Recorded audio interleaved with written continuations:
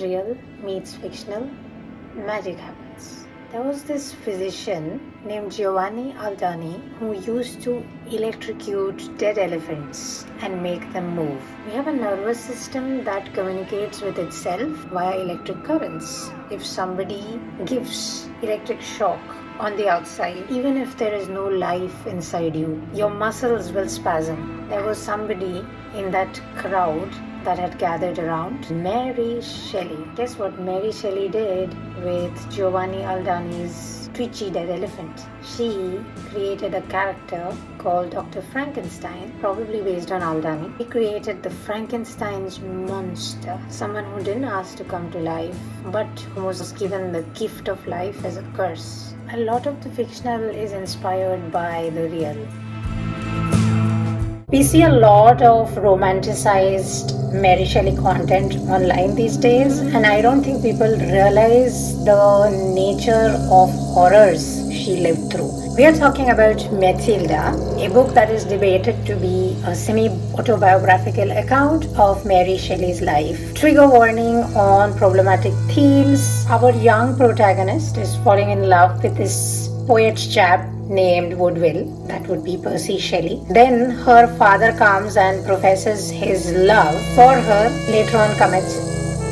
Therein begins this life of supreme negativity for the character in the book. It is believed that Frankenstein is an allegory. Her monstrous father tried to start a relationship. Mary Shelley also loses her daughter and her son. The thing with guilt is it's insidious. Even if it's not your fault, the prospect of your father looking at you like that is horrifying. So you think you did something wrong, which is what made your father want to do something like that with you. And so you stew in that guilt, and that guilt destroys you on the inside. Mary Shelley wrote Mathilda while she was trying to distract herself from the deaths of her children, a 1-year-old and a 3-year-old. The allegory of Frankenstein comes into play again. A deranged man, that's Victor Frankenstein, births a wretched, unnatural monster, that is Mary Shelley. Every good thing that the monster is trying to do, it's being tainted. We see a lot of romanticized Mary Shelley content online these days, and I don't think people realize the nature of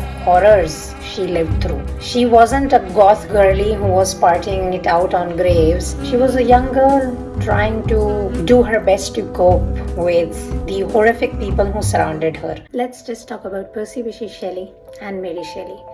They were not good for each other, and this is not a love story. It is just a tragedy. Mary Shelley was 16 when an already married Percy Shelley pursued her. His wife, Harriet, could not bear this. She takes the children away, gets their custody, and then takes her life. This becomes a scandal. They break up. Percy Shelley threatens to take his life.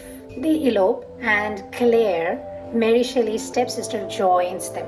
They stay away because the families have cut them off. They're poor, they're creating a lot of art, they're surviving, but then they come back to England and the scandal follows them. Around this time, Mary Shelley's half-sister, Fanny, says, "I cannot live without my Percy," and takes her life. Mary Shelley was pregnant around 5 times in her life, and only one child survives to become an adult. While all of this is happening, Claire is around like this because of course Percy and Claire are having an emotional affair with each other.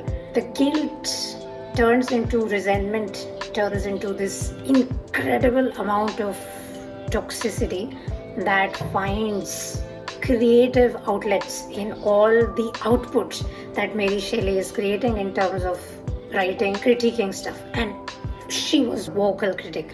You could not stop her from criticizing people, and that included her pretentious yet talented husband. All of this comes to a close when Percy Shelley drowns and she keeps a calcified version of his heart with her till the day she dies. Book creators are somehow representing this as a romance story when it is anything but that.